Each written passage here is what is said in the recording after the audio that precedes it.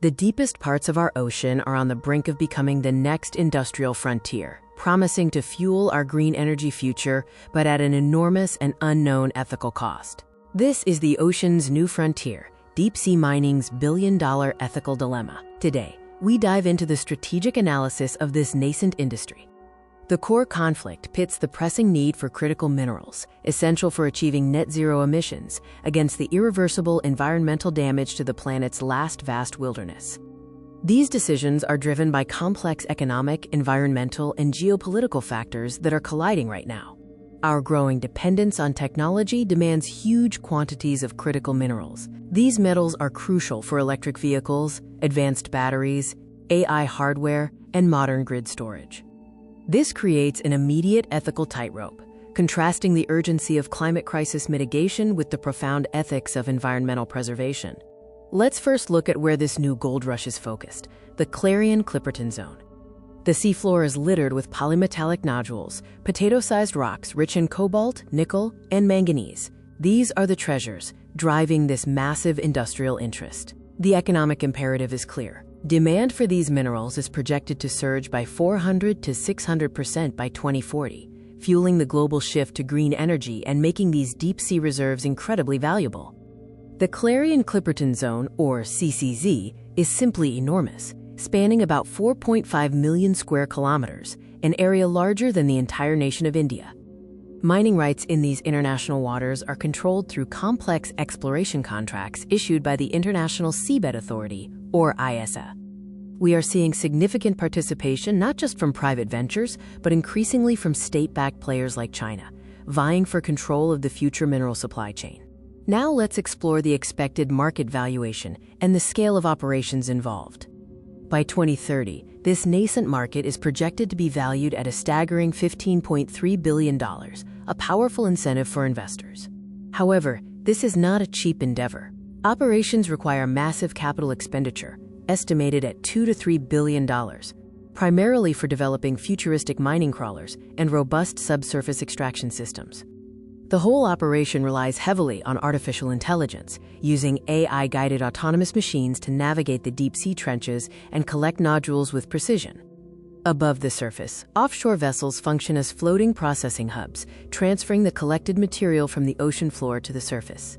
For resource-poor island nations, deep-sea mining presents an attractive economic appeal, offering potential revenue streams and resource security through sponsoring exploration contracts. But what is the cost to the environment? The consequences of deep-sea mining are immense and largely unknown. Deep-sea ecosystems are unique, characterized by slow-growing life. Astonishingly, about 90% of the species discovered there are new to science, highlighting the pristine nature of this environment.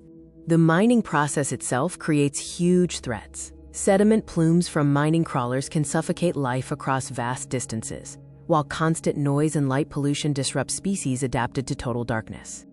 Due to the ultra-slow recovery cycles of the seabed, the habitat loss caused by mining is considered irreversible on human timescales.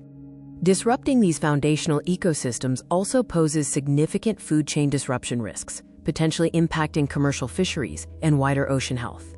There is also a significant risk of potential carbon release from deep-sea sediments, which could undermine global efforts to sequester carbon and fight climate change.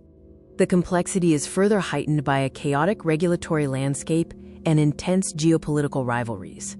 The International Seabed Authority, which governs these areas, is currently in regulatory limbo. The triggering of the 2-year rule by Nauru has forced the ISA to fast-track mining applications, even without a finalized, globally agreed-upon mining code. This has created a geopolitical chessboard, contrasting pro-mining nations like China and Nauru against a growing alliance of countries and corporations calling for a full moratorium or quote-unquote precautionary pause. The true competition is strategic, focusing on securing supply chain control for the critical minerals that will define the industrial economy of the future.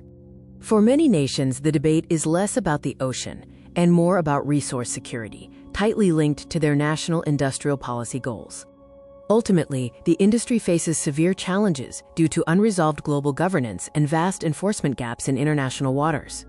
We must also consider the investment perspective, facing what can only be described as an ESG minefield. Investors face an impossible choice: balancing the E of green technology materials, essential for climate change, against the other E of irreversible biodiversity loss in the ocean. There are viable alternatives that could lessen the deep-sea demand, including improved battery recycling processes and significant material innovation. This also necessitates the expansion of land-based mining, but under far stricter environmental and social compliance regimes than currently exist in many regions. Technology development is also heavily focused on mineral substitution, finding new materials that can replace cobalt or nickel in high-demand battery applications.